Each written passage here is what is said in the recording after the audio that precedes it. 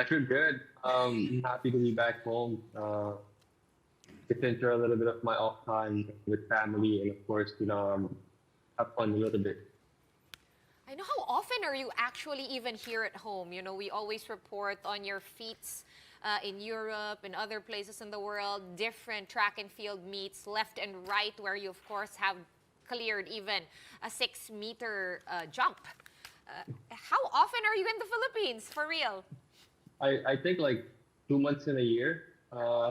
Yeah, most of the time I'm outside and I'm doing, competing, training.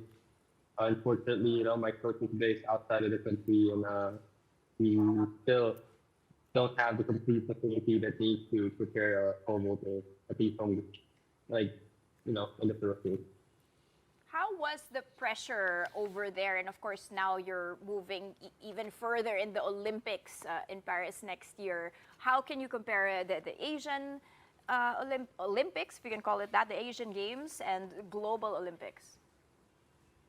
Um, I think the pressure in Asian Games is a little bit more.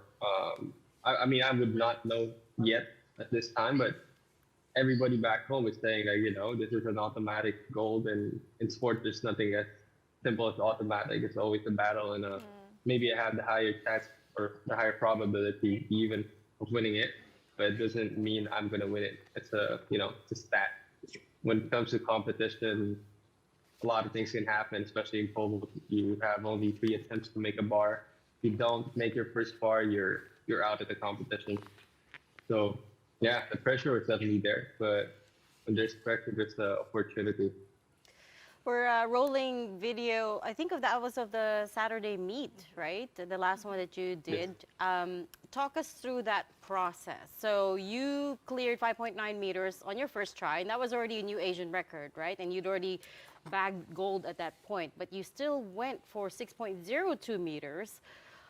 You didn't clear it, but I saw you smiling whilst you were trying to do it. Talk us through what that meant to you. Why did you have to push yourself so hard? I mean, I don't want to waste an opportunity. It's almost like I couldn't stop at that time, because if I did, I felt like I wouldn't do justice to the 80,000 people who were clapping in unison for me. And I felt if I could jump 602, it would be a perfect gift for my coach for his 78th birthday. Wow. Fortunately, it wasn't there. I'm just how do you say? I'm still trying to make that bar, but I also want to entertain and also give credit to the crowd when everybody's clapping for a single guy in the field. It's a surreal experience. Is So that? you wanted to give them a show. You wanted Yeah. to give the crowd a show. Good on you. I was gonna say an addict. Did you just know as a child I want to be a pole vaulter and you just decided to go for it? I know you have been Is this- doing this since you were 8 years old. Yeah. That was my playground growing up. The stadium in Rizal Memorial, which unfortunately now it's a football stadium. There's no more track and field Oh there. no. Okay. But I used to grow up there. My dad used to still vault when I was young. And when you're a kid, seeing your dad vault, it's almost like, oh, I want to. That's what your hero growing up is doing. You want to try it. You said that you actually felt like a villain during the event. Maybe that was the evil laugh that Regina was talking No, about. I was laughing because that's evil the smile. reason we wanted to invite you to the studio live face to face was so you could give a demo. Baka kasi, Parang Oh. kulang yung height dito for EJ. but no, 6 meters. all right. Yeah. meters. But why? Why did you feel like a villain? Did you feel like a super villain? I wouldn't say with confidence. I think it's just I can't name my mission. It's always been like before I step on the track, I know what I want to do, and I feel like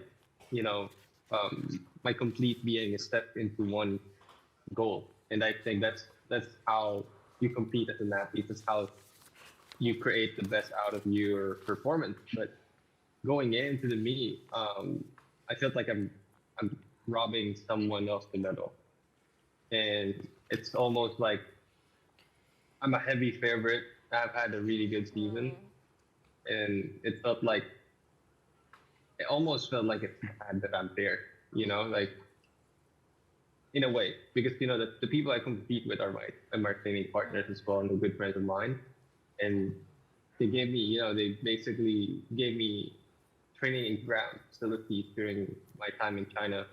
I was with the Saudi team for I think a good week before the competition, and they allowed me to train in their training camp. So I almost felt in a way bad, and the only way I could kind of put it is like I felt like I'm a villain because I'm taking this away from someone in a way. Oh. But then I Wow. just felt like I have a job to do. Country needs it. I want this, so we're here to win. And EJ, another thing that strikes me about your career is that actually your team, of course, there's a lot of people there, but key people in there are, of course, your coach, Vitaly Petrov, and your dad, who you mentioned is also a trackster. You've stuck with this team for so long, and usually we see people developing and, they move on to a new team, but you guys have done this all together. What's next for Team EJ? And where is Coach Vitaly, looking to take you next? Right now, Vitaly told me pretty much to just try to unwind, relax, because it's going to be a tough year.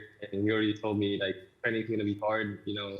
We're preparing for Olympics. It's something that we need to over prepare in a way. So we're planning to do a bunch of stuff. I can't tell everything, but it's a bit of more sophisticated testing, and of course a little bit more scientific tools that we're able to actually use now. And moving forward, there's going to be a bit of adjustments to my technique in the way I bowl, but it's nothing big or nothing.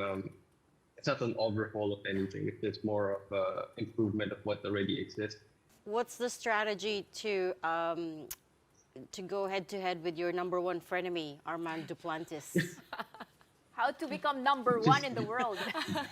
Well, Frenemy is I my need to word, beat not him. yours. How? I need How him- exactly? I need to beat him more. I think the first thing is I need to close the gap. I need to be very realistic right now. His best day and my best day, it's probably 99 to 1. So if I get a little bit closer and get that number a little bit more to my favor, then it will be better. And yeah, there's a lot of technical flaws that I still jump. I mean, if you see the 91 jump, it didn't look very clean. It's like my legs are everywhere. They're not like aligned. My arms are just flailing everywhere. It just so happened that the pole is very stiff and I'm able to move it. So there's a bunch of technical stuff that I need to be more efficient about. Physically, I think I can be a little bit faster and stronger as well. So there's a bunch of things that I can focus on and work on to close that gap and hopefully keep on knocking on that door. And from Paris, we'll see.